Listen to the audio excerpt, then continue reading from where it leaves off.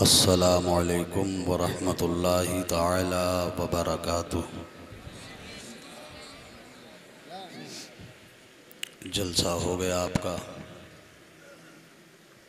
सबको ये हुफ़ाज़ इकराम जो बैठे हैं इनकी फ़जीलत मालूम हो गई होगी। आप में बहुत सारे नमाजी बन गए होंगे। हो गया ना जलसा? क्या बात है कारी साहब, बहुत अच्छी किया। यही हाल है हमारे जलसों का। फिर कौम में ये कहा जाता है कि साहब सुधार पैदा नहीं हो रहा है। जलसों को तमाशा बना दिया है बेशक बेशक।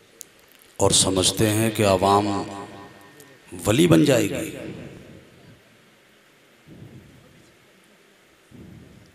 क्या समझते हैं आप जलसों को? जिंदाबाद। जलसों का मयार समझा है आपने?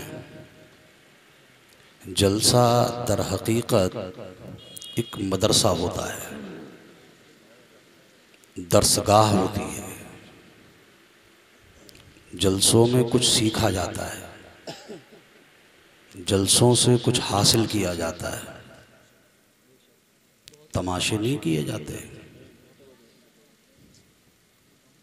आज हमने जलसों को अपनी ज़हनी अय्याशी का सामान बना लिया है। जलसे वो होते थे जहाँ से लोग बैठकर अल्लाह की बारगाह में तौबा करते थे। कई गुनहगार लोग जलसों में बैठकर अपनी आँखों से निदामत के आंसू बहाते थे।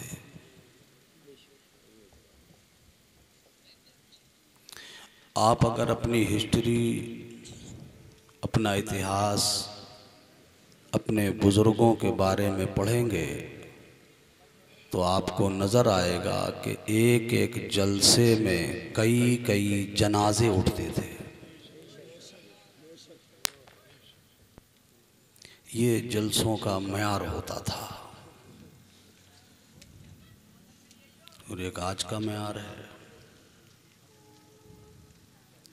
उलमा को उस वक्त बुलाया जाता है जब सुनने वालों का दिमाग और उनका दिल दोनों तबाह हो चुका होता है। हमारे यहाँ एक गलत रिवायत चल गई है और वो ये है कि लोगों को हाथ में जन्नत बताओ कि तुम जलसे में आए हो, दोनों हाथ उठा के बोलो, कि पैर उठा के बोलो, कि टेढ़े हो के बोलो, कि सीधे हो के बोलो, तुम सब जन्नती हो गए। नारा लगा दो, जन्नती हो जाओगे। जलसे में आ गए हो, तुम्हें टिकट मिल गया जन्नत का। ये जो गलत रिवायत हमारे यहाँ लोगों के जहन में डाल दी गई है, जिसका नतीजा है कि आज जलसों का ये हाल हो गया है। अगर मियाँ नारे ही सब कुछ होते ना, तो सच बताना मुझे आप, अगर सिर्फ नारों से काम चल जाता तो शेर खुदा के शेर, खातूने जन्नत के शहजादे, सैयदुश शुहदा इमाम आली मकाम हज़रत सैयदना इमाम हुसैन शहीद करबला अला जद्दही व अलैहिस्सलातु वस्सलाम, वो भी मदीने शरीफ में दो चार नारे लगा लेते। वो भी जाके खाने काबा की दीवार के नीचे खड़े होके दो चार नारे लगा लेते, बात ख़त्म हो जाती। मगर मियाँ उन्होंने नारा नहीं लगाया,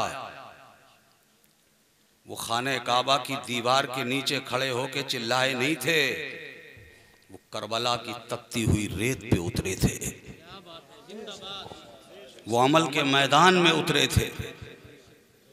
और उन्होंने उस मैदान में उतरकर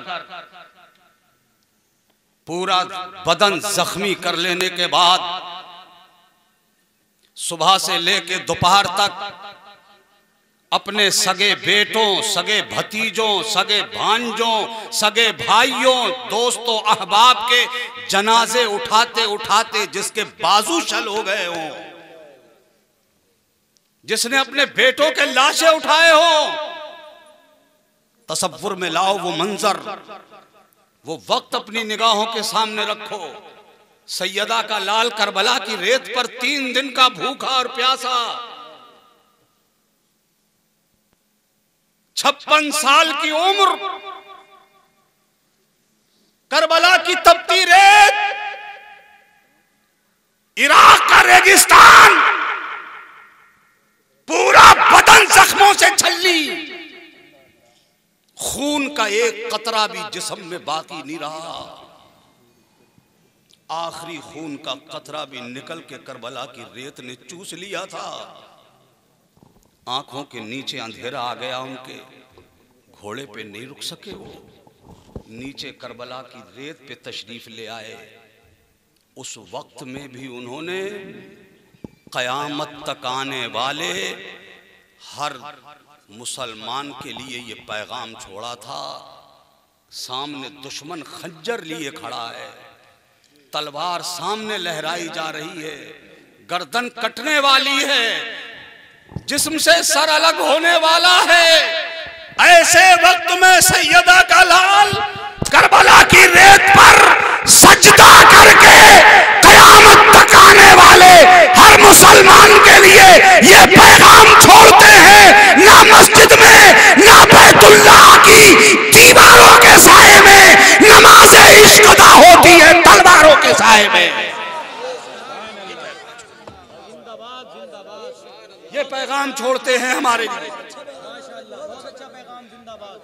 और आज हम, आज हमारा आलम, आज हमारी हालत, मुसलमान इस गए गुजरे वक्त में भी तुम्हें होश नहीं है, अब भी आंखें नहीं खुल रही हैं तुम्हारी, अभी भी वही रविश, अभी भी वही चाल, अभी भी वही हालात।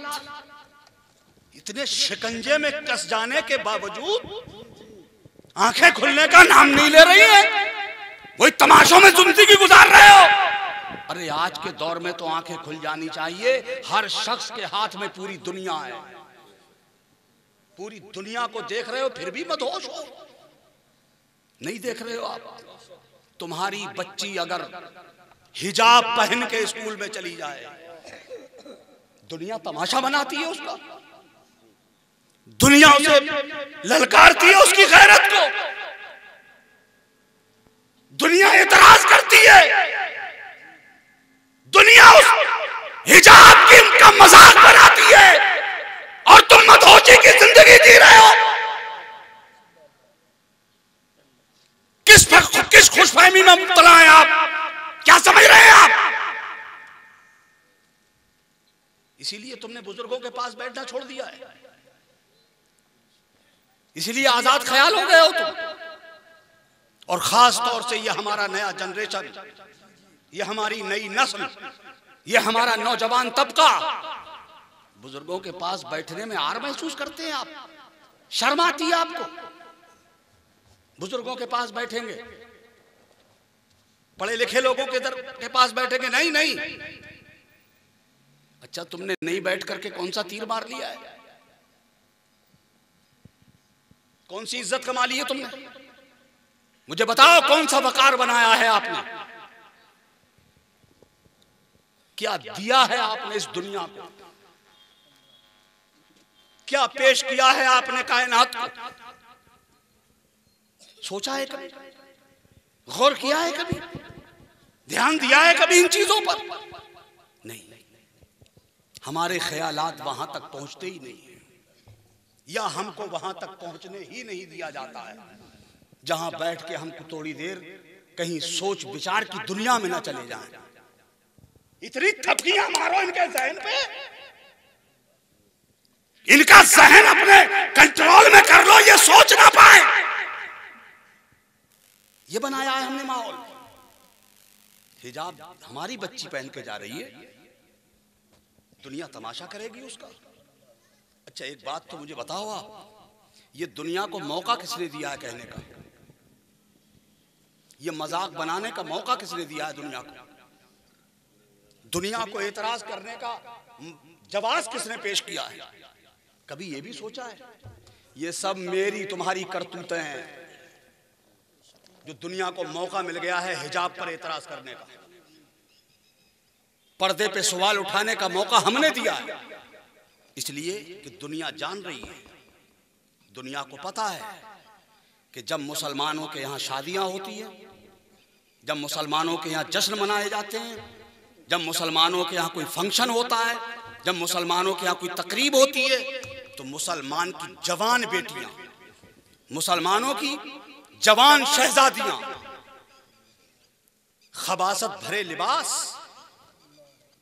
बिखरी हुई जुल्फें, दुपट्टे का पता नहीं, नंगे सर झुंड के झुंड निकले फिर रहे हैं।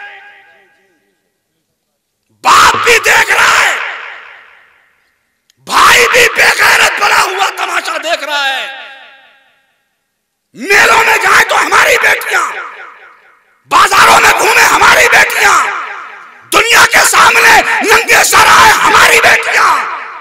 दुनिया देख रही है कि मुसलमान, जब तेरी बेटी शादी में नंगे सर जा सकती है, तकरीब में जा सकती है, मेले में जा सकती है, बाजार में जा सकती है, तो स्कूल में क्यों नहीं जा सकती? ये मौका किसने दिया है? बताएं मुझे आप। ये हमने मौका दिया है, ये हमने दुनिया को सिखा दिया है। दुनिया इतराज कर रही है और हम रोना रोते हैं घर में बैठ करके, सर रोना रोते हैं। क्या करें साहब, हमारे हिजाब पे उंगली उठ गई। मियां हिजाब पे उंगली दुनिया ने नहीं उठाई, हमने उठवाई है। हमने मौका दे दिया है दुनिया को, वरना मेरे रसूल, मेरे आका, मेरे पैगंबर, मेरे मुस्तफा, जिन्होंने अपनी बेटी हजरत खातून जन्नत हमें अता फरमाई, उन्होंने तो अपनी शहजादी को पर्दे में रख दिया था। और मियां कैसा पर्दा! अल्लाह की कसम, सारी कायनात एक तरफ और मेरे रसूल की तन्हा शहजादी एक तरफ। कोई मुकाबला नहीं है, कोई बराबरी नहीं है, कोई मसावात नहीं है।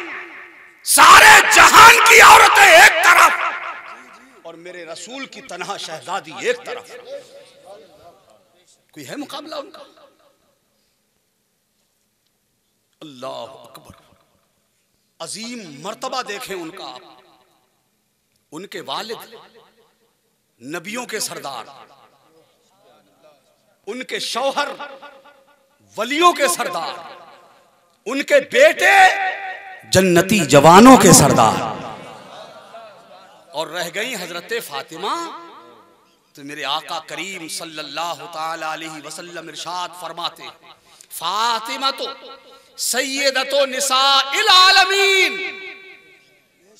मेरे आका करीम ने फरमाया, बेटी फातिमा, अल्लाह ने तुम्हें सारे जमाने की औरतों की सरदार बनाया है। मेरी बात समझ आ रही है आपको? आज बगैर खुतबे की तकरीर है।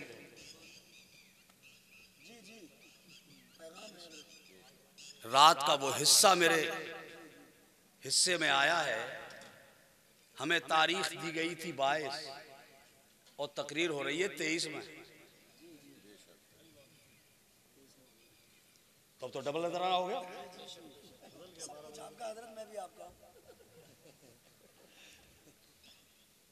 अगर मन लग गया हो तो थोड़ी देर सुनेंगे मेरी बातें आप।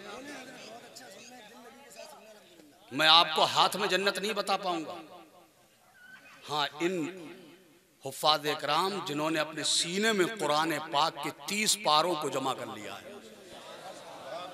इनकी फजीलत जरूर बताऊंगा, इनकी शान जरूर बताऊंगा, इनकी अजमत जरूर बताऊंगा, इनका मकाम बताऊंगा आपको कि ये जो सर पे इनके अमामे पहने हैं ना, इसे कोई मामूली मत समझना आप, न इनको मामूली कभी गर्दानना।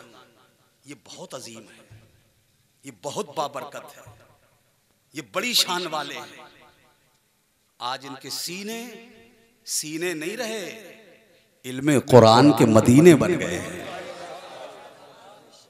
आज इतनी कौम यहाँ इकट्ठी हुई थी, इतने सारे लोग यहाँ जमा थे। मुझे बहुत अफसोस है कि मुझे उस वक्त क्यों नहीं लाया गया जिस वक्त पूरा यहाँ जम्मे गफीर मेरे मुसलमान भाइयों का मौजूद था। मैं उन्हें बताता इनकी शान क्या है, इनका मकाम बताने की आज रात थी, इनकी अज़मत बताने का मौका था आज, ताकि मेरी कौम के हर बच्चे के दिल में एक वलवला पैदा होता, एक जोश उभर के आता।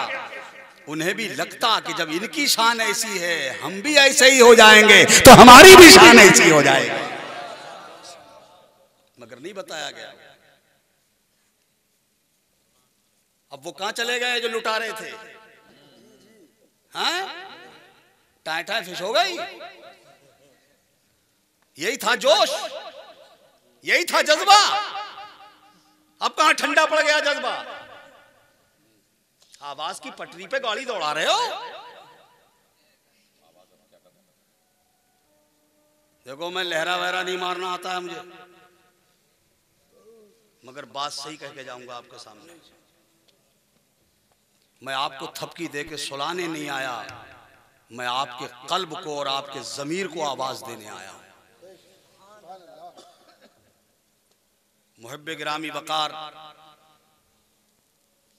उस्ताजुल हुफ़्फ़ाज़ वल क़ुर्रा हज़रत हाफ़िज़ व क़ारी मोहम्मद ज़हीर रज़ा साहब क़िबला दामत बरकातुहुल आलिया शीशगढ़ी, इनकी काविशें, इनकी मेहनतें और आप लोगों का सबका सहयोग, आपका सबका साथ,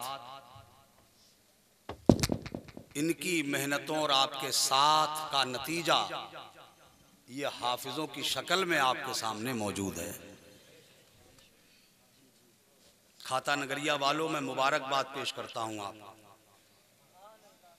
आप काबिले मुबारकबाद हैं कि आपकी बस्ती में, आपकी आबादी में रह करके कितने बच्चों की दस्तारबंदी हुई? 7 की, 10 की, 3 लड़कियां और 7। अच्छा, माशाअल्लाह, 3 बच्चियां भी फारिग हुई हैं।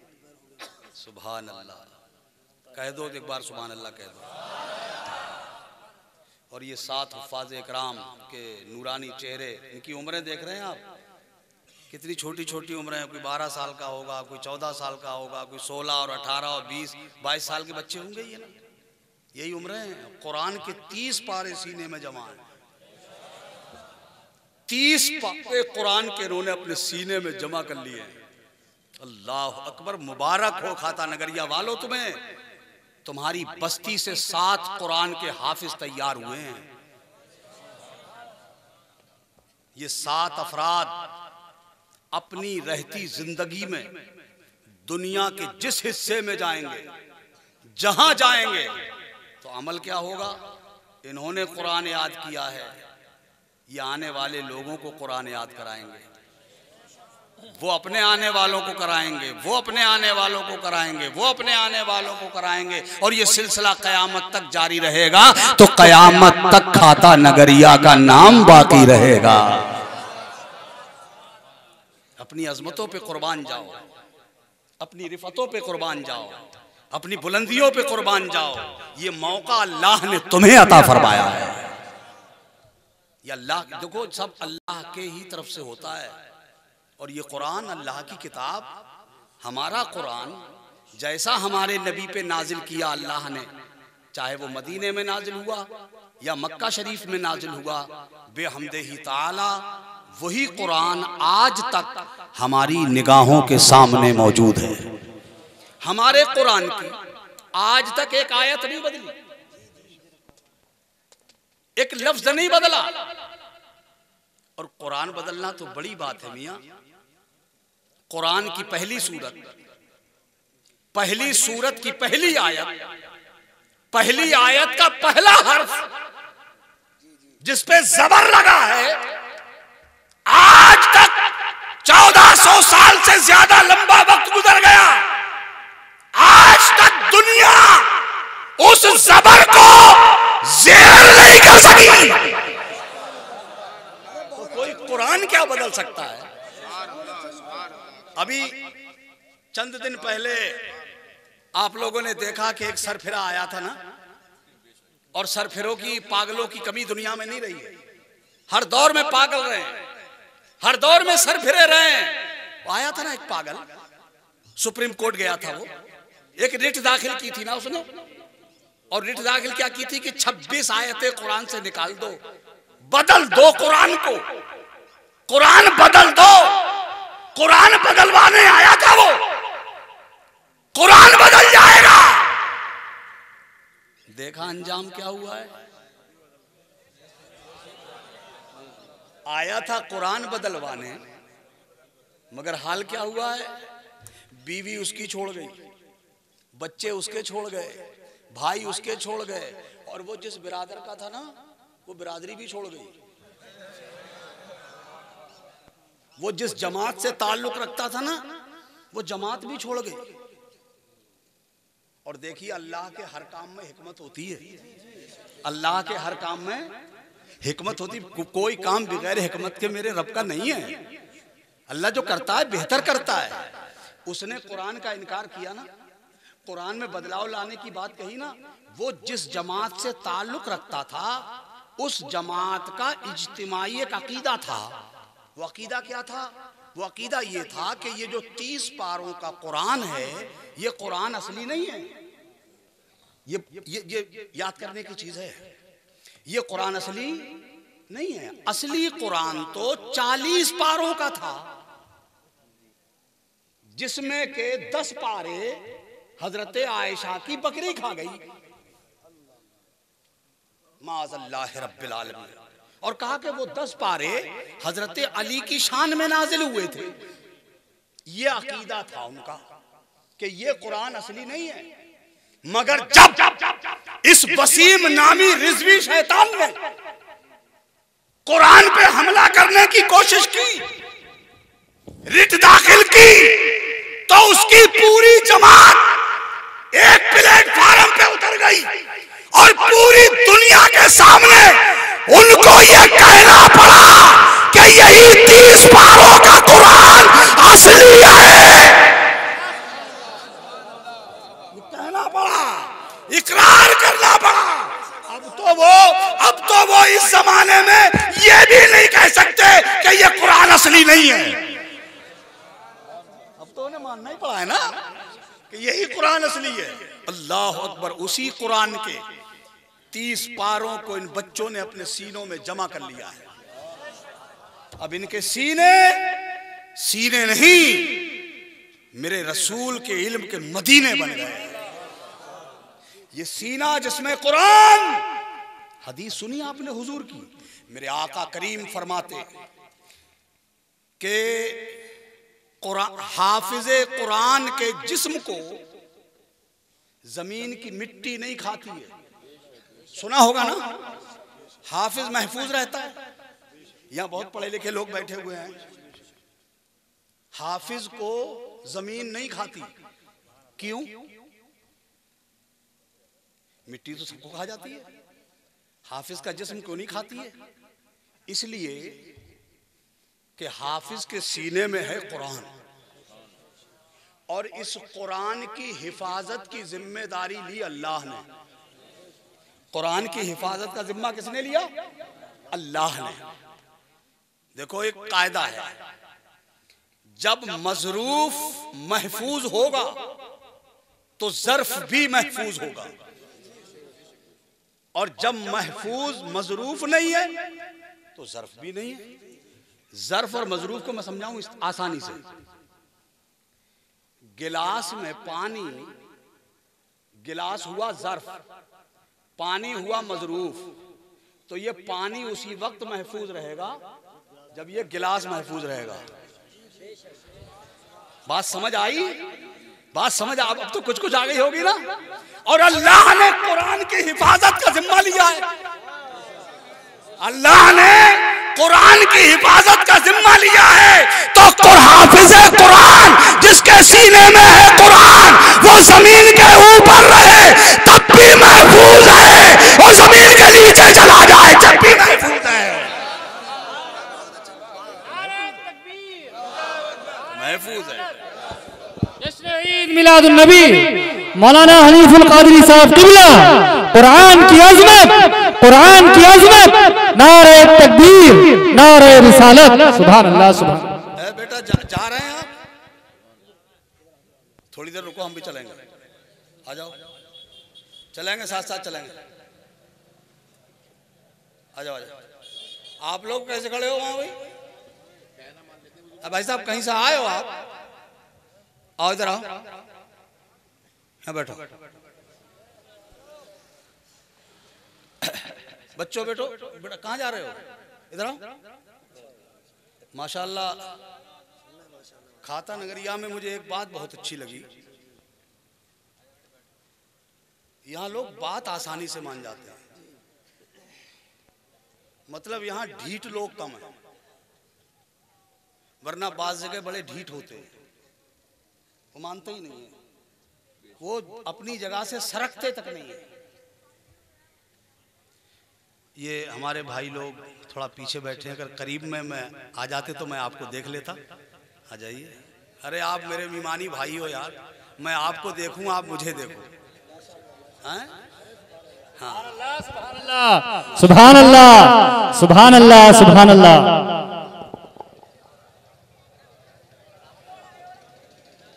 जहेज में मिली होगी क्यों?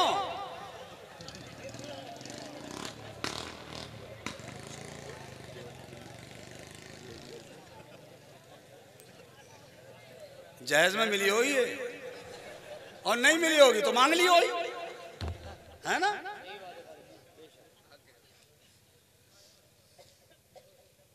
है मुसलमान, क्या हो गया तुम्हें? आज का दौर तो मैं देख रहा हूं इतना बिगड़ता जा रहा है कि जिसका बच्चा अगर थोड़ा सियाना हो गया और वो थोड़े बहुत ठीक ठाक कमाई करने लगा तो अब बुढ़े के पांव जमीन पे नहीं लगेंगे ना, वो आपे में नहीं रहेगा। फिर कारी जहीर साहब या हमारे कोई दीनदार भाई, ये बच्चे जो अलग जलसा कर रहे हैं इनसे कहिए घर चले जाओ बेटा। तो अगर कारी साहब के पास कोई अच्छा भला रिश्ता आ गया कि हजरत हमारी बच्ची है, एक अच्छा सा कोई रिश्ता हो तो ज़रा। अब कारी साहब ने देखा कि हमारी बस्ती में फलां साहब का बच्चा अच्छा कमाता है, चलो भाई रिश्ता जुड़वा देते हैं। इन्होंने उनको बुलाया, बातचीत की, या कोई मुलाकात हो गई तो बातचीत की कि जनाब वो एक रिश्ता है, करेंगे आप? तो वो सीधे मुंह बात नहीं कर रहे हैं, हाँ कर लेंगे। और ज़्यादा कस के पकड़ लिया कारी साहब ने कि माशाल्लाह आपका बच्चा बहुत अच्छा है, रिश्ता करेंगे। तो वो ये नहीं पूछेगा कि रिश्ता कैसा है, वो ये पूछेगा ये बताइए हजरत पहले पार्टी कैसी है। पार्टी का मतलब तो समझते होगे ना सर, यानी माल कितना मिलेगा। यही वजह है जो हमारे घरों में आज आप तमन्ना करते हो ना, आरजू करते हो, ख्वाहिश करते हो। मैंने कितने बूढ़ों को मस्जिद के हुजरे में बैठ के रोते देखा है।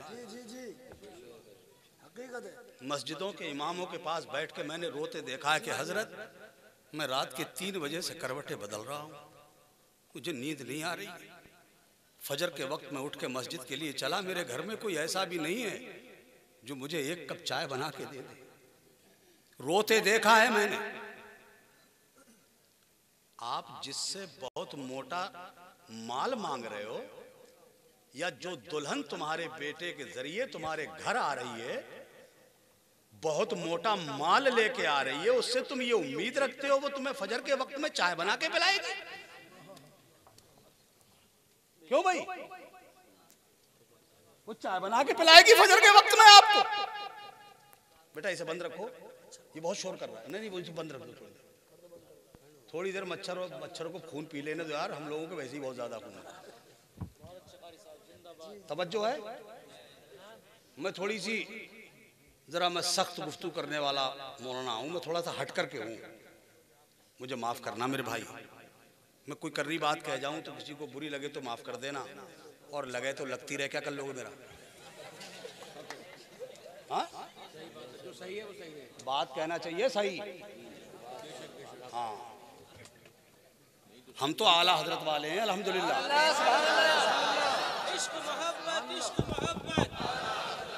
प्यार मोहब्बत प्यार मोहब्बत, नारे तकबीर जिंदाबाद। यहाँ जो कुछ भी है वो ओरिजिनल है।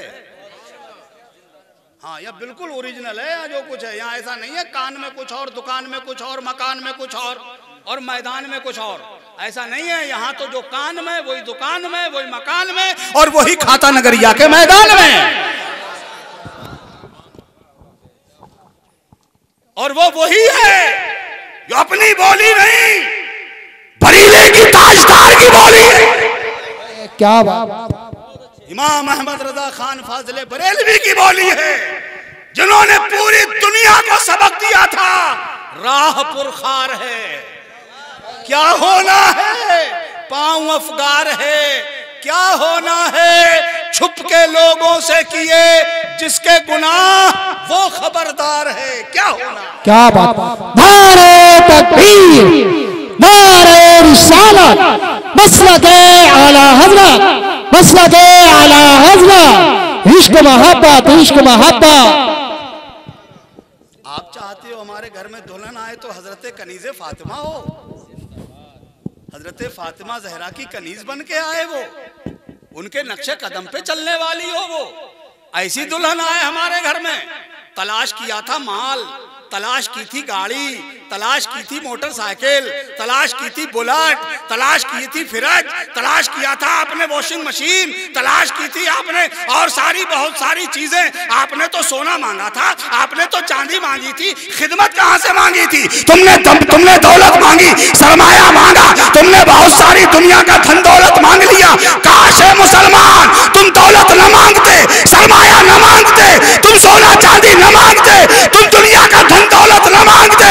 अगर तुम्हें मांगना ही था तो ये मांगते लोगों, मुझे अपने बेटे के लिए जो दुल्हन चाहिए वो तो दुनियादार नहीं चाहिए, मुझे कुरान वाली दुल्हन चाहिए, मुझे नमाज वाली दुल्हन चाहिए।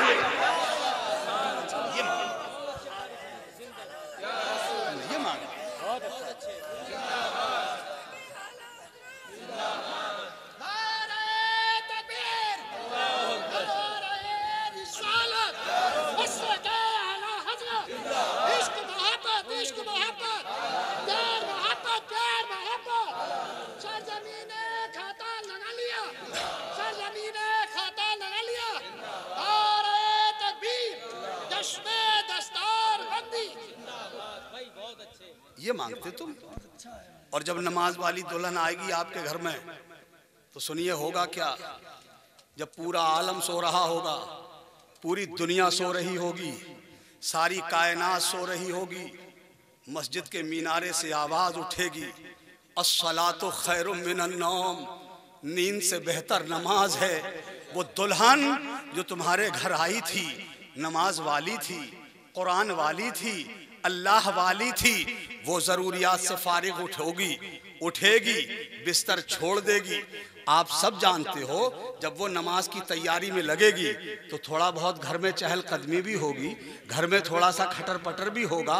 उसकी सास जो बनी है उसने कभी नमाज नहीं पढ़ी, उसने कभी फजर में जाग के नहीं देखा। आज नई दुल्हन घर में आ गई है तो उसने जब नमाज की तैयारी शुरू की, वो उसकी सास बुढ़िया जिसने कभी नमाज नहीं पढ़ी, आज वो सर में सर निकाल के लिहाफ में से देख रही है कि ये दुल्हन क्या कर रही है। सास की एक आदत होती है कि वो दुल्हन पे नजर रखती है। बात सही है ना। और बाज सासें तो इतनी खतरनाक होती हैं कि वो चलते बैल के आरई मारती है, समझते हो ना, चलते बैल के करना। तो बाज की आदत होती है खाम खा वैसे यहाँ लोटा रख दिया है, झाड़ू टेढ़ी रख दी है। ये खुराफात करती है ना बात बात। सास की आदत होती है दुल्हन पे नजर रखने की, और जो दुल्हन ताजा ताजा नई नई आई हो उस पे सास की नजर कितनी गहरी होगी। और जब गहरी नजर होगी तो वो फजर के वक्त में अपने घर में आई नई दुल्हन को नमाज की तैयारी करते देखेगी, नमाज के लिए तैयार होता देखेगी, तो उसे लेटे लेटे खुद को शर्म आएगी कि मैंने पूरी जिंदगी नमाज नहीं पढ़ी, ये मेरी दुल्हन आई है, ये नमाज पढ़ रही है। अब अगर मैं ऐसे ही पढ़ी रही और मैंने नमाज नहीं पढ़ी तो इस दुल्हन की नजर में मेरी कितनी औकात रह जाएगी, मेरी कितनी हैसियत रह जाएगी। उस बुढ़िया को शर्म चढ़ेगी, वो भी उठेगी चुपके से और नमाज की तैयारी करने लगेगी। और जब माँ नमाज पढ़ेगी, उसका जवान बेटा जो कभी भी नमाज की तैयारी में नहीं लगा था, जब अपनी बूढ़ी माँ को वो सजदा करते देखेगा, नमाज पढ़ते देखेगा, उसके दिल में ख्याल आएगा कि मेरी माँ बुढ़ापे में नमाज पढ़ रही है और मैं जवान होके बिस्तर पे पड़ा हूँ। इसकी गैरत जागेगी, उठेगा, मस्जिद को चला जाएगा। जब भाई बेदार होगा, बहन देखेगी कि मेरा भाई नमाज की तैयारी कर रहा है, तो बहन भी नमाज की तैयारी में लगेगी। और जब बेटी नमाज की तैयारी में लगेगी, एक बाप जो बिस्तर पे पड़ा रहता था, नमाज की तैयारी नहीं करता था, जब वो अपनी बेटी को घर में नमाज पढ़ते देखेगा, बाप को ख्याल आएगा कि मेरी बेटी नमाज पढ़ रही है और मैं बाप होके घर में पड़ा हुआ हूँ। वो उठेगा, मस्जिद को चला जाएगा। अरे देखा तुमने, एक नमाजी दुल्हन लाए थे, उसने पूरे खानदान को नमाजी। सुभान अल्लाह, सुभान अल्लाह, सुभान अल्लाह। एक दुल्हन नमाजी लाए थे, पूरे खानदान को नमाजी बना रही है वो। अल्लाह अकबर। दुल्हन तलाश करो तो नमाज वाली, कनीज़े फातिमा लाओ और ऐसी दुल्हन लेके आओ अपने घर में। खुदा की कसम, जब उसके कदम तुम्हारे घर में पड़े तो तुम्हारा घर घर ना रह जाए, जन्नत बन जाए, जन्नत निशा हो जाए तुम्हारा घर। मगर क्या करें, हम परकटी तलाश करते हैं, हम दौलत वाली तलाश करते हैं, माल वाली तलाश करते हैं। अल्लाह अकबर। अच्छा एक बात मुझे बताओ खाता नगरिया वालों, सच बताना, अगर मेरे हुजूर चाहते, जिनका हम कलमा पढ़ते, मेरे आका चाहते तो दुनिया का बड़ा से बड़ा ताजदार, बड़े से बड़ा शहंशाह मेरे मुस्तफ़ा के कदमों में अपना ताज ला के रखते थे। रखता ना कि हुजूर अपनी शहजादी मुझे दे दे, मगर मेरे मुस्तफ़ा ने किसी दुनिया के बादशाह, किसी ताजदार, किसी शहंशाह के लिए अपनी बेटी पेश नहीं की। मेरे रसूल ने अपनी बेटी के लिए जो शौहर का इंतखाब किया, अपनी शहजादी के लिए जिस दुल्हा का तसव्वुर किया मेरे मुस्तफ़ा ने और दूल्हा तैयार किया, खुदा की कसम वो दौलतमंद नहीं था, वो सरमायादार नहीं था, वो कोठियों वाला नहीं था, वो बंगले वाला नहीं था। हैरत होगी तुम्हें, वो आदमी था जिसके पास रहने के लिए मकान तक नहीं था। मकान तो बड़ी चीज है, एक जोड़ी कपड़े लाने के लिए पैसे नहीं थे, एक जोड़ी पैसे नहीं थे, एक दुल्हन के लिए एक जोड़ी कपड़ा ले आए वो। है सुभान अल्लाह। मगर वो था कौन? खुदा का शेर, बेकसों का मुश्किल कुशा, फातिह खैबर, हजरते जनाबे अली मुर्तजा कर्रमल्लाहु ताला वजहुल करीम। अल्लाह अकबर। वो दुल्हा तलाश किया हुजूर ने और फरमाया, अली मैं अपनी बेटी का निकाह तेरे साथ करूंगा। हजरत अली रोने लगे, अर्ज किया, मेरे आका, मेरे पास तो एक कपड़े लाने को भी पैसे नहीं। मेरे हुजूर ने अपनी जिरह उतारी। जिरह का मतलब ये सदरी, उस जमाने में लोहे की सदरी होती थी जो जंग में जाने के बाद इस्तेमाल की जाती थी, जिस पे तलवार असर ना कर सके, अपने जिस्म की हिफाजत हो सके, उसे जिरह कहते थे। उतारी मेरे आका ने जिरह, अली को दी। अली ये मेरी जिरह बाजार में ले जाओ, इसे बेच देना, जो पैसे मिले उनसे एक जोड़ी कपड़े ले आना। शहंशाह कौनैन की बेटी का निकाह किससे होने जा रहा है? हजरत अली बाजार गए, वहां हजरत उस्मान गनी से मुलाकात हो गई। हजरत उस्मान गनी ने पूछा, अली कैसे आना हुआ? अपनी ज़रा दिखाते हुए जो हुजूर ने दी थी, का ये मेरे आका ने दी है, बेचने आया हूँ, पैसे मिलेंगे कपड़े खरीदूंगा। कपड़ों का क्या करोगे? आज मेरे मुस्तफ़ा अपनी बेटी का निकाह मुझसे करेंगे। हजरत उस्मान गनी ने फरमाया, अली इस ज़रा की कीमत जो बाजार में तुम्हें मिलने वाली है, अगर मैं उससे ज्यादा तुम्हें दे दूं तो? अगर मैं खरीद लूं उससे ज्यादा कीमत पर? हजरत अली मुर्तज़ा ने फरमाया, फबेहा, बहुत अच्छी बात है। हजरत उस्मान गनी ने पैसे दिए, ज़रा ले लिए। हजरत मौलाए कायनात का निकाह हुआ। अब घर नहीं, कहां लेके जाएं दुल्हन? हुजले उरूसी नहीं है उनके यहाँ, मकान नहीं था मौला अली के पास। एक अंसारी सहाबी ने हजरत अली को ऑफर किया कि अली आप दुल्हन लाए हो ना, ताजदार कायनात की शहजादी आपकी दुल्हन बनी है। अली मकान नहीं है, परेशान मत हो ना, घबराने की जरूरत नहीं है, मेरा पूरा मकान तुम्हारे लिए है। अली आओ, अपनी दुल्हन को लेके आओ, मेरे रसूल की बेटी के कदम दुल्हन बन के मेरे घर में पड़ेंगे तो मेरा घर जन्नत बन जाएगा। अली आओ, अल्लाह अकबर। पूरा मकान पेश कर दिया। और जब दुल्हन बनी फातिमा, रुखसती का वक्त आया, मेरे आका अपनी बेटी को रुखसत फरमाने लगे। ए बेटियों वालों, आप भी अपनी बेटियों को रुखसत करते हो। और जब बेटी रुखसत होती है ना, बाप के सीने से लग जाती है। सच बताना ईमानदारी से, जब बेटी बाप के कलेजे से लग के रोती है ना, तो क्या उस बाप को ऐसा नहीं लगता है, काश ये मेरी बेटी आज अपने सीने में से दिल निकालना मुमकिन होता, तो मेरी बेटी, मैं अपना दिल भी निकाल के तुझे जहेज में दे देता। होता है ना, एक बाप की ख्वाहिश होती है ना, जो बाप अपनी बेटी के लिए अपना दिल निकाल के देने को तैयार हो, उस बाप से अगर जहेज मांगा जाए, उस बाप को मजबूर किया जाए कि तुम्हें इतनी रकम दी जाएगी, तुम्हें इतनी रकम देनी पड़ेगी अपनी शादी में, अपनी बेटी की शादी में, सोचो उस बाप के दिल पे गुजरती क्या होगी, उस बाप के कल पे कैसी गुजरती होगी। मेरे रसूल की बेटी भी अपने बाबा के सीने से लग गई, सीने नबुव्वत से लग के रोने लगी। मेरे आका ने अपनी बेटी के सर पे हाथ रखा और फरमाया, बेटी फातिमा, तुम मेरे घर में जवान हुई थी, आज मैंने तुम्हें अली के हवाले कर दिया। फातिमा, ख्याल रखना मेरी बेटी, आज तुम मेरी बात गांठ बांध के ले जाओ मेरी बेटी, आज मैंने तुम्हें अली के हवाले कर दिया।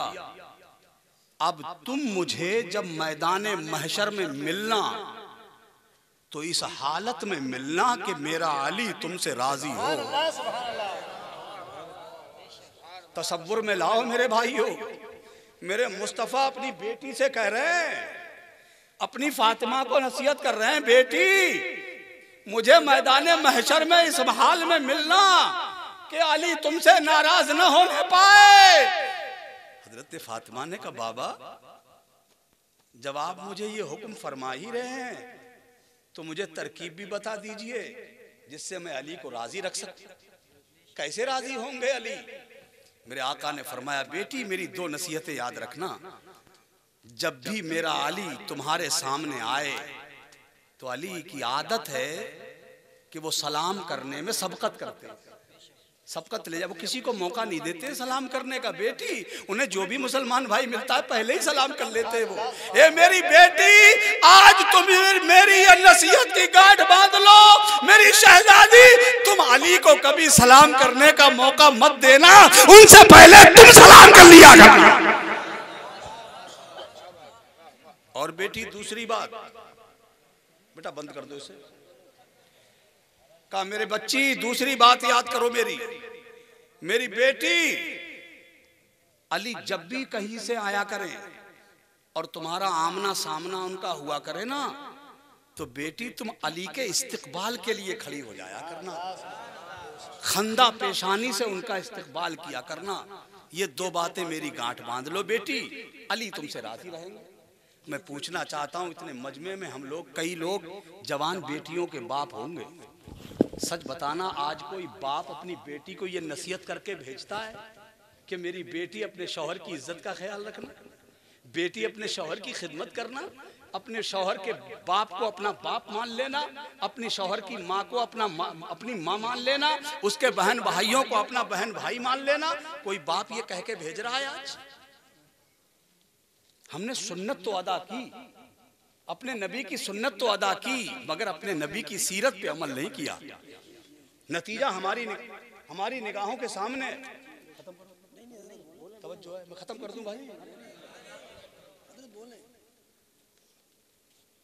कोई बाप आज ये नसीहत करके नहीं भेज रहा है कि बेटी तुम इस तरह का माहौल बनाना है घर में, जब तुम्हारे घर में कदम पहुंच जाए बेटी, तो तुम्हारे कदमों की बरकत से वो घर माला माल हो जाए।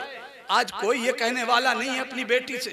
अल्लाह अकबर। और बेटी भी कैसी गांठ बांधती है हजरत फातिमा, अल्लाह अकबर। घर में तशरीफ लाई हजरत अली की। वक्त गुजरता रहा, वक्त गुजरता रहा, वक्त गुजरता रहा। हजरत इमाम हसन मुश्तबा इस दुनिया में तशरीफ ले आए, हजरत हुसैन शहीद करबला भी इस दुनिया में तशरीफ ले आए, हजरत मोहसिन भी इस दुनिया में तशरीफ ले आए, हजरत ज़ैनब भी इस दुनिया में तशरीफ ले आई। शेरे खुदा बाहर गए,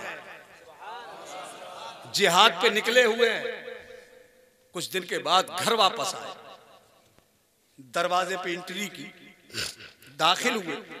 जैसे ही दरवाजे पे पहुंचे, हजरत फातिमा की शान देखो, पूरा दिन अपने हाथों से काम करती है। कई बार तो ऐसा होता था कि हजरत फातिमा के हाथ जख्मी हो जाते थे काम करते करते, खून निकल आता था उनमें, पट्टी बांधती थी तो पट्टी तोड़ के खून बाहर आ जाता था। पूरा दिन काम करती, चेहरा मुजमहल हो जाता, तकान के असरात चेहरे पे जाहिर होते, पजमुर्दा हो जाती फातिमा। चूल्हे पे बैठी है, पूरा दिन काम किया हुआ है, सुस्ती है, तकान है, बैठी है चूल्हे पे काम कर रही है। इसी बीच हजरत अली की आमद हो गई, मौलाए कायनात तशरीफ ले आए। घर में जैसे ही कदम रंजा फरमाया हजरत अली ने, तो कदमों की आहट से हजरत फातिमा ने अंदाजा लगा लिया मेरे ताजदार आ गए, मेरे सरताज आ गए। कदमों की आहट से अंदाजा। हजरत फातिमा के चेहरे पे जो मायूसी थी ना, जो पजमुर्दा चेहरा हो गया था, तकान थी, उस सुस्ती को अपने चेहरे से नोच के फेंक दिया, अपना चेहरा खुश बनाया, अपना चेहरा हशाश बशाश किया फातिमा ने। चेहरे पे पजमुर्दगी जाहिर ना हो, खंदा पेशानी की फातिमा ने। मैं ख्यालात की दुनिया में सोचने लगा, हजरत फातिमा ज़हरा ने अपने चेहरे पे जो उदासी थी उसको क्यों खत्म कर दिया? चेहरा एकदम खिल क्यों उठा गुलाब की तरह? ये चेहरा एकदम खुशहाल कैसे हो गया? तो हजरत फातिमा के अमल ने मेरी रहनुमाई की और कहा, नादान तुमने समझा नहीं, हमारे इस तर्ज जिंदगी को मेरे शौहरे नामदार मौलाए कायनात बाहर से आ रहे हैं, मालूम नहीं किस टेंशन में होंगे, मालूम नहीं किस उलझन में होंगे, पता नहीं कौन सी चीज उनके दरपेश आई होगी, पता नहीं मेरे शौहर का मूड अच्छा है कि नहीं है। अब वो जब घर में दाखिल होंगे, मेरे चेहरे पे नजर पड़ेगी, मेरा चेहरा अगर मायूसी में डूबा हुआ होगा, मेरे चेहरे पे तकान जाहिर होगी, तो मेरे शौहर के दिल को तकलीफ पहुंचेगी। और मैं रसूलुल्लाह की बेटी हूं, मैं नहीं चाहती कि मेरे शौहर की नजर जब मेरे चेहरे पे पड़े तो मेरे शौहर का दिल टूटना नहीं चाहिए। अकबर, समझो पहले बात को। आज का हाल क्या है, आज की पोजीशन क्या है? अगर आज की खातून को मालूम हो जाए मेरे शौहर का आने का टाइम यही है, आते होंगे, अगर जरा सा मामूली सर में दर्द हो जाए ना तो पूरी खटपाटी लेके पड़ जाए, बोलो भाई। और जैसे ही तुम घर में घुसो वैसे ही चिल्लाना शुरू, अरे बहुत दर्द है, बहुत तकलीफ है, बहुत बड़ी बीमारी है, जल्दी से रामपुर ले चलो। क्यों? ये हो रहा है ना हमारे घर में। ये आज की खातून ये नहीं सोचती मेरा शौहर पता नहीं कितनी उलझनों में से निकल के आया है, इसको चैन से बैठ जाने तो दूं, इसको थोड़ा सा पानी तो अपने हाथों से पिला दूं, इसे थोड़ा खुश तो कर दूं, इसके दिल को थोड़ी तसल्ली तो पहुंच जाए। नहीं नहीं, आज ये माहौल नहीं है। उसकी वजह ये है कि हमने दौलतें देखी हैं, हमने सरमाया देखा है, हमने माल देखा है, रसूलुल्लाह की बेटी हजरत फातिमा की तर्ज़े जिंदगी नहीं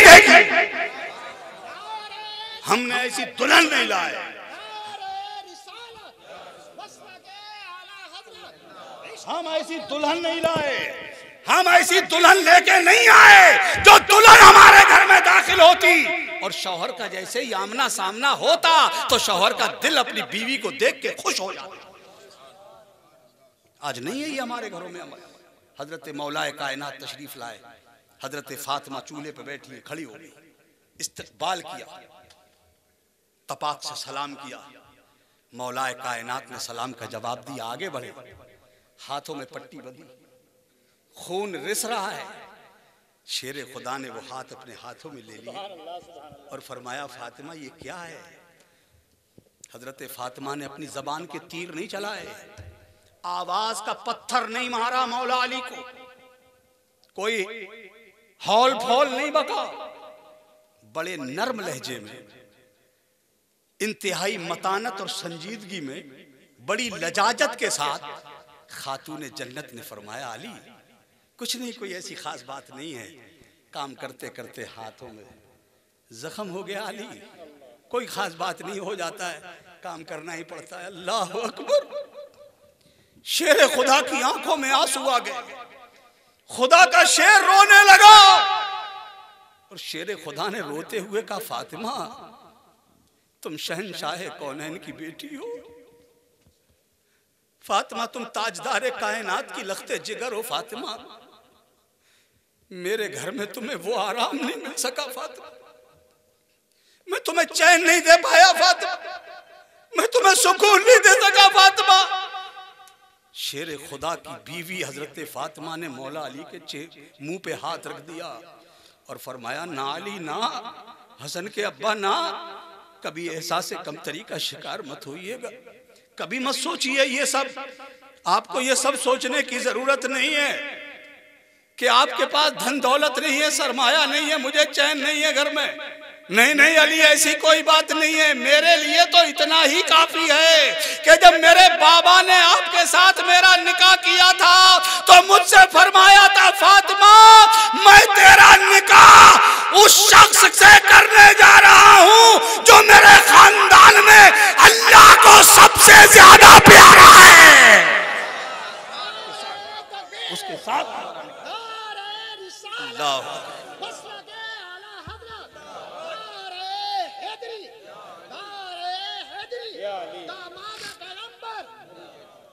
तवज्जो है, बात समझ रहे हो मेरी? आप सोचो जरा, गौर करो, ये रसूलुल्लाह की बेटी की तर्ज जिंदगी है। हमने अपनी बच्चियों में वो चीज़ नहीं उतारी, हमने अपने घरों में वो चीज़ नहीं दी। आज हमने हमारे बच्चे जो है ना, हमने बेलगाम कर दिए, जहाँ जाओ जहाँ जी चाहे घूमो, जहाँ चाहो चले जाओ, कोई पाबंदी नहीं है तुम पे, सबको बेकंट्रोल कर रखा है आपने, सबको आज़ाद कर रखा है आपने। और देखा है आपने, आज हमारी जमात का बेटा, हमारे ही मुस्लिम भाई का शहजादा, हमारा अपना लख्ते जिगर, फटी हुई पैंट, सिर पे शैतानों जैसे बाल, चौराहे पे खड़ा हुआ गुंडागर्दी कर रहा है। पूरा गांव देखता है, पूरा मोहल्ला देखता है, हिम्मत नहीं है किसी की कोई उसे टोक दे। बोलो बात सही है गलत है? बात सच्ची कह रहा हूं ना मैं? किसी की जुर्रत नहीं है उसे कोई टोक दे कि भाई तुम्हारी हिम्मत कैसे हुई हमारे मोहल्ले में इस तरह की हरकत करने की। कोई नहीं कह सकता आज। क्यों? इसलिए कि हवा बदल गई है, हालात बदल गए हैं, वो जमाना जाता रहा जिस जमाने में लोग अपने घर के बच्चों के बारे में मोहल्ले के बुजुर्गों से, मोहल्ले के बासर लोगों से ये कहते थे, चचा या भाई साहब मेरे बच्चों पे ध्यान रखना, अगर मेरा बच्चा गलत जगह खड़ा मिल जाए, अगर वो गलत हरकत करता मिल जाए तो उसे डांट देना, समझा देना, जरूरत पड़े तो उसकी पिटाई कर देना, कहते थे ना। पहले लोग अपने बच्चे का हाथ पकड़ के मस्जिद के इमाम के पास लेके आते थे, मदरसे के कारी साहब के पास लेके आते थे और कहते थे, हजरत मेरे बच्चे को कुरान सिखा दो, मेरे बच्चे को इस्लाम सिखा दो, मेरे बच्चे को दीनदार बना दो, मेरे बच्चे को तहजीब सिखा दो, मेरे बच्चे को इल्म का गहवारा बना दो, हजरत इसका गोश्त गोश्त तुम्हारा, हड्डी हड्डी हमारी, कहते थे ना। आज किसी मस्जिद के इमाम की हिम्मत है कि एक थप्पड़ मार दे बच्चे के? अगर एक भी छड़ी मार दी ना तो इमामत पड़ गई खतरे में। गलत नहीं कह रहा हूं। किसी मोहल्ले का बच्चा अगर गलत हरकत कर रहा है चौराहे पे, तुम जरा डांट के देख लेना, बाप को तो बहुत देर में पता लगेगा, अम्मा का कलेजा पहले ही फट जाएगा। और वो कौन होते हैं मेरे बच्चे से कहने वाले? वो खिला रहे हैं मेरे बच्चे को, उन्होंने पहनने को दे दिया मेरे बच्चे को, वो कौन होते हैं डांटने वाले? ए मुसलमान कौम, जब से तूने ये अमल शुरू कर दिया है ना, आज नतीजा भोगो जो तुम्हारे सामने है। मैं अभी चंद दिन की, मेरे ख्याल में 1 महीना भी नहीं हुआ होगा कारी साहब, बरेली जिले में जादोपुर एक जगह है, जादोपुर के पड़ोस में बिल्कुल उससे सटा हुआ एक गांव है, वहां का एक बहुत मुअज़्ज़ज़ शख्स जो गांव का साबिक में प्रधान भी रहा है, 2 बच्चे लड़ रहे थे, एक गाली ज्यादा बक रहा था, उसको उस प्रधान जी ने एक थप्पड़ मार दिया। जानते हो नतीजा क्या हुआ? कम से कम 20-25 लोगों ने पकड़कर उस मुअज़्ज़ज़ शख्स को इतना लठियाया कि अब भी वो एडमिट है अस्पताल में। हाय मुसलमान, तुम्हें क्या हो गया? ये मेरी कौम, तुम कहां पहुंच गए? सोचो तो सही, इन बच्चों को तुमने आवारा करके कोई अच्छा काम नहीं किया है। इन्हें कंट्रोल करो, इन बच्चों को अपने पास बिठाओ, इन्हें अच्छी बुरी बातें बताओ, इन्हें दीन की बातें सिखाओ, अपने पास बिठाकर। कभी तो वक्त मिलता होगा ना। आज लोग कहते हैं कि हम साहब बहुत मसरूफ रहते हैं, बहुत हमारे पास टाइम नहीं है, क्या करें साहब, दिन भर लगे रहते हैं, शाम को थके हारे आते, टाइम नहीं मिलता है, बच्चों के बीच बैठने का हमारे पास वक्त नहीं है। मेरे भाई, थोड़ा सा वक्त निकाल लो। 24 घंटे इन्हीं बच्चों के लिए दौड़ते हो ना, 24 घंटे इन्हीं की फिक्र में रहते हो ना, 24 घंटे इन्हीं की तगोदो में लगे रहते हो ना। सरमाया जमा करेंगे, माल जमा करेंगे, हराम और हलाल भी नहीं देखेंगे। पैसा इकट्ठा हो जाए, हराम हो या हलाल, सूद का हो या ब्याज का, सट्टे का हो, कैसा ही हो, पैसा हो।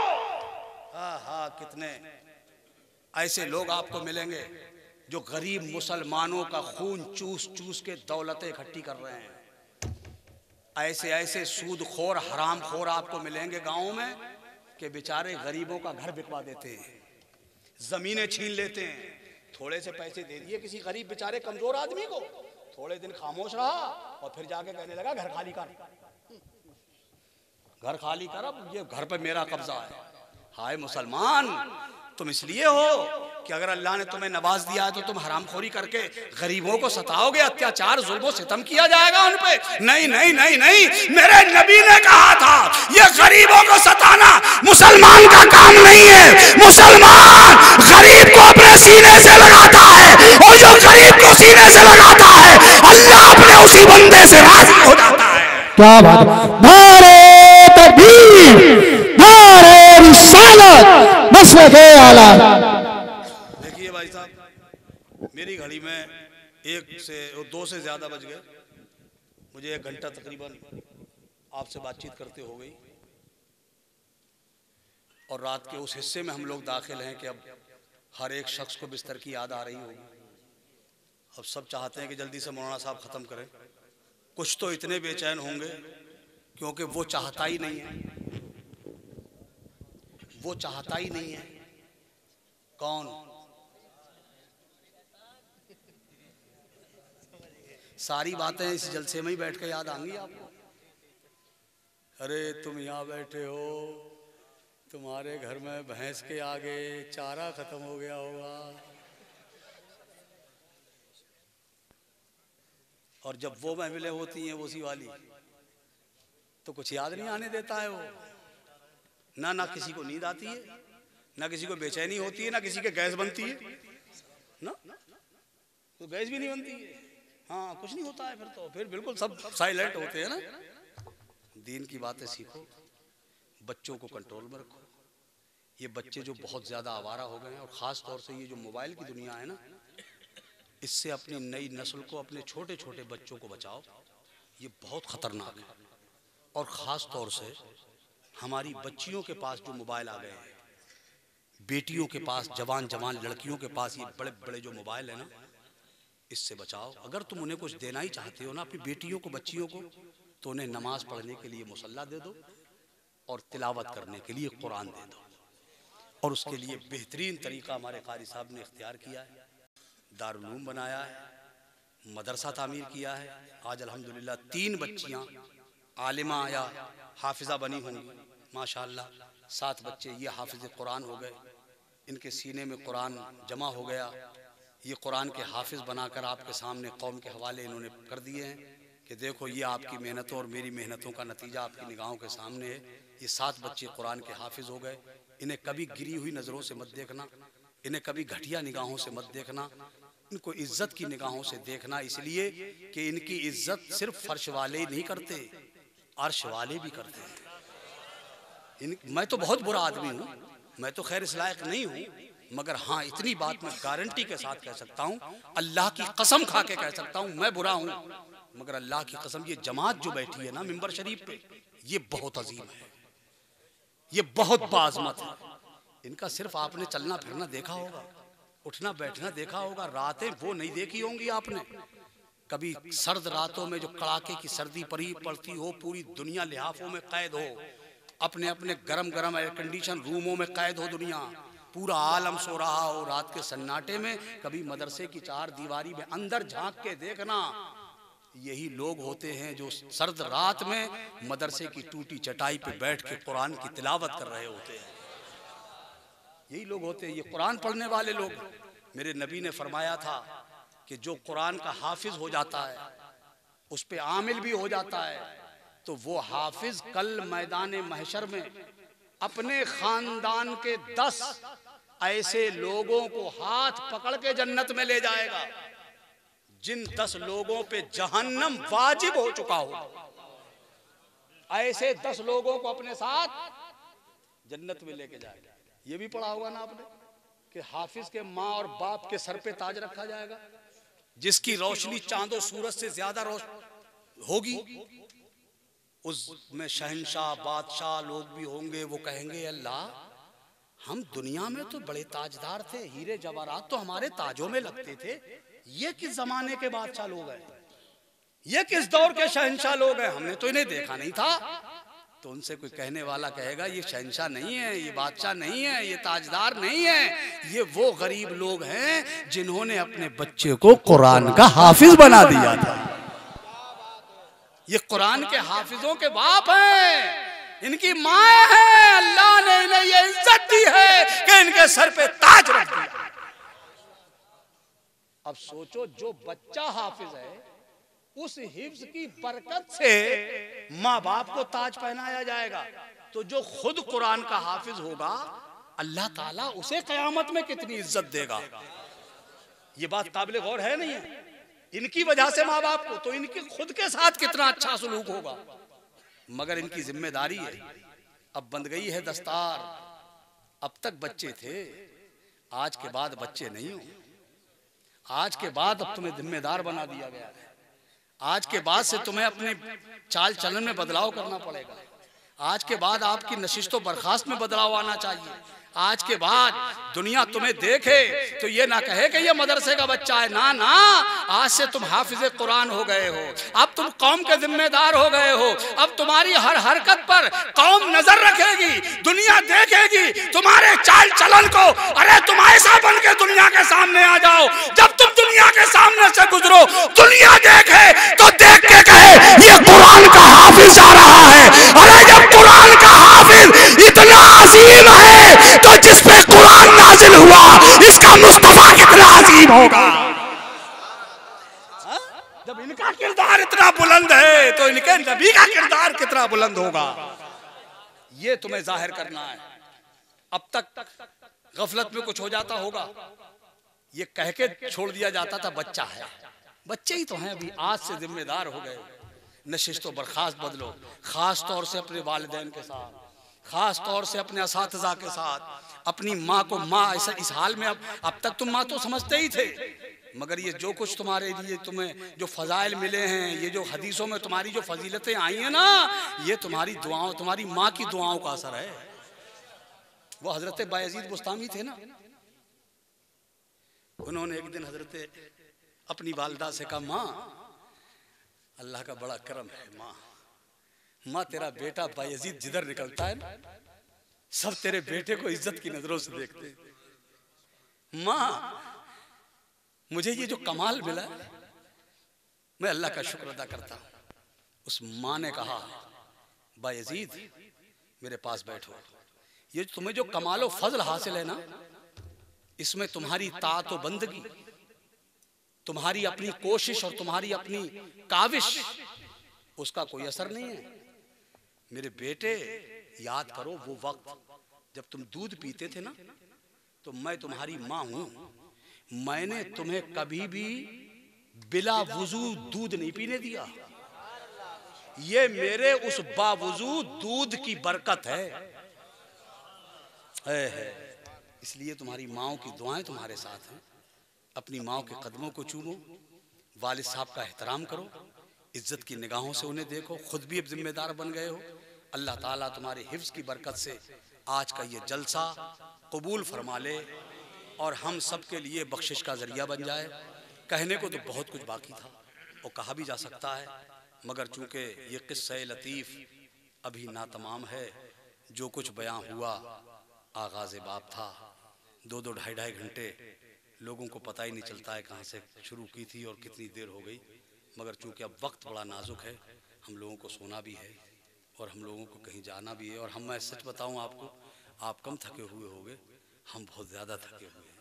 मगर हम ये तकान वकान बयान करने वाली चीज़ें नहीं हैं, न ये सब बताने की चीज़ें होती हैं। जो शख्स जो काम करता है वो करता ही इसीलिए है नहीं, तो वो सब बयान करने की चीज़ नहीं है। जलसों में आओ, वहाँ से कुछ सबक हासिल करो, कुछ हासिल किया करो, नमाजों की पाबंदी किया करो, सूद ब्याज सट्टा इस सब से बचो। ये बड़ा गुनाह है, गुनाह कबीरा है। मियाँ, दौलत आप कमाओगे, पैसे आप कमाओगे, हरामकारी आप करोगे। ये कब तक करेंगे हम लोग? जब तक आंखें खुली है ना। एक दिन ये बंद तो होना ही है। और जब बंद हो जाएंगी तो हमने किताब में पढ़ा था, पहले बचपने में पढ़ते थे हम किताब, उसमें लिखा था सब धरा रह जावेगा जब लाद चलेगा बंजारा। लिखा था ना, मियाँ जब ठाठ पड़ा रह जाएगा, कुछ साथ नहीं जाने वाला। जो भी हराम हलाल देखे बगैर दौलत जमा की थी, उस दौलत से मज़े दूसरे लोग मारेंगे, दूसरे लोग फ़ायदा उठाएंगे, पिटाई तुम्हारी होगी, सज़ा आपको मिलेगी। हमसे बड़ा बेवकूफ़ कौन है? सज़ा पाएं हम, मज़ा मारे कोई दूसरा। हमसे बड़ा बेवकूफ़ कौन है? नहीं, हक हलाल खाओ, बच्चों को भी हलाल खिलाओ। चंद दिन की जिंदगी है मियाँ, क्या रह जाने वाला है? कुछ साथ नहीं जाने वाला। हमारे अमाल हमारे साथ जाएंगे। नमाजों की पाबंदी करो। आज नमाजों से हमारा मुआशरा बहुत दूर है। ये नौजवान और नए नौजवानों में तुमसे कह के जा रहा हूँ खास बात, मेरी बात को गांठ बांध लेना। ये जो चौराहों पे बैठ के मोबाइल में रख करके तुम टाइम खत्म कर देते हो ना, नमाज का भी टाइम खत्म हो जाता है। आज से अपनी रविश बदलो। 4 नौजवान खड़े हो, मोबाइल में लगे हुए हो कि ये वाला देख, ये गूगल कर और फलाना कर, ऐसा कर वैसा कर, करते हो ना। अजान जब सुनो तो जो दोस्त हो तुम्हारे, उन दोस्तों से नर्म लहजे में कहो, भाइयों अजान हो गई, चलो यार 10-15 मिनट की बात है, 10-15 मिनट की बात है, चलो नमाज पढ़ेंगे। हो सकता है तुम्हारे कहने का असर उन पर तुम्हारे दोस्तों पे हो जाए और वो आपके कहने से नमाज पढ़ने चल जाएं। है मेरे इस्लामी भाई, मेरे खुदा की रहमत तो देख, वो तेरे कहने से नमाज पढ़ने जाएंगे। नमाज वो पढ़ेंगे, सवाब तुझे मिलेगा। 10-15 मिनट के बाद नमाज पढ़ लो, जिस नमाज का भी टाइम मिल जाए नमाज पढ़ो। मैं ये नहीं कह रहा हूं कि आप नमाज को छोड़ भी दिया करो ना, 5 वक्त की तो फर्ज है, मगर जो भी नमाज का टाइम मिल जाए पढ़ लो। मेरा दिल कहता है जब तुम जोहर की नमाज पढ़ोगे ना, तो तुम्हें असर जरूर बुलाएगी, और जब असर पढ़ने जाओगे ना तो मगरिब आवाज देगी, और जब मगरिब पढ़ के आओगे ईशा पुकारेगी, और ईशा पढ़ के जब बिस्तर पे लेटोगे ये सोच कर अल्लाह तेरा शुक्र है मैंने ईशा की नमाज पढ़ ली है, इंशाअल्लाह फजर भी पढ़ूंगा, इंशाअल्लाह फजर भी पढ़ूंगा। जब ये सोच के लेटोगे ना तुम, तो मदीने से मेरे नबी की आवाज आएगी, है मेरे गुलाम तू ईशा पढ़ के सोया है, फजर पढ़ने का इरादा रखता है, अब तू मेरी हदीस सुन ले, अब तू पूरी रात सोता रहे, अल्लाह तुझे पूरी रात सोने को सवाब में लिखता रहे। अल्लाह, और फजर की नमाज अदा कर, पूरी रात तुम्हारी जो सोने में गुजरेगी वो इबादत में गुजरेगी। कितना करीम है हमारा परवरदिगार। नमाजों की पाबंदी किया करो, नमाजें पढ़ा करो, बच्चों से भी नमाजें पढ़वाओ, खुद भी नमाज पढ़ो, चेहरे पे नूर रहेगा, घर में सुरूर रहेगा, अल्लाह बरकतें देगा। झूठ से बचो, गीबत और चुगली से दूर रहो। अल्लाह ताला मुझे आप सबको अमल की तौफीक अता फरमाए। व आखिरो दावाना अनिल हम्दुलिल्लाहि रब्बिल आलमीन। रहा गुलशन, फूल खिलेंगे, रही जिंदगी, फिर मिलेंगे इंशाअल्लाह। फिर किसी मौके पर मुझे ज़रा सही वक्त पर अगर आपकी खिदमत में लाया गया तो मैं आपसे तफसीली गुफ्तगू करूँगा। आज इतनी बातों पर अल्लाह पहले मुझे फिर आप सबको अमल की तौफीक अता फरमाए। सब